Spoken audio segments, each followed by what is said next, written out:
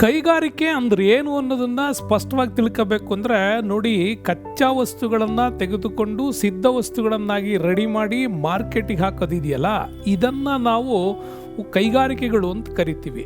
ಈ ಕೈಗಾರಿಕೆಗಳಲ್ಲಿ ಕೂಡ ಇಂಪಾರ್ಟೆಂಟ್ ಆಗಿ ಎರಡು ವಿಧಗಳಾಗಿ ಮೈನ್ ಆಗಿ ಇದನ್ನು ಡಿವೈಡ್ ಮಾಡ್ತಾರೆ, ಅದರ ಉತ್ಪಾದನೆಯನ್ನು ಆಧರಿಸಿ.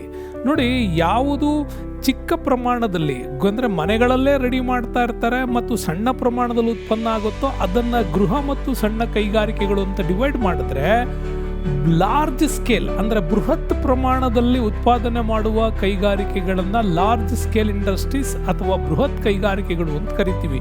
ಇದು ಉತ್ಪನ್ನದ ಆಧಾರದ ಮೇಲೆ ಕೈಗಾರಿಕೆಗಳನ್ನು ಡಿವಿಷನ್ ಮಾಡ್ತಾರೆ. ಇನ್ನು ಕೈಗಾರಿಕೆಗಳು ಬಳಸುವಂಥ ಕಚ್ಚಾ ವಸ್ತುಗಳ ಆಧಾರದ ಮೇಲೂ ಕೂಡ ಡಿವೈಸ್ ಮಾಡ್ತಾರೆ. ಹಾಗಾಗಿ ಕೈಗಾರಿಕೆಗಳ ಬಗ್ಗೆ ಸಂಪೂರ್ಣವಾದಂಥ ಜ್ಞಾನ ನಿಮಗೆ ಸಿಗಬೇಕು ಅಂತಂದರೆ ಈ ವಿಡಿಯೋನ ನೀವು ಕಂಪ್ಲೀಟಾಗಿ ನೋಡಬೇಕಾಗತ್ತೆ.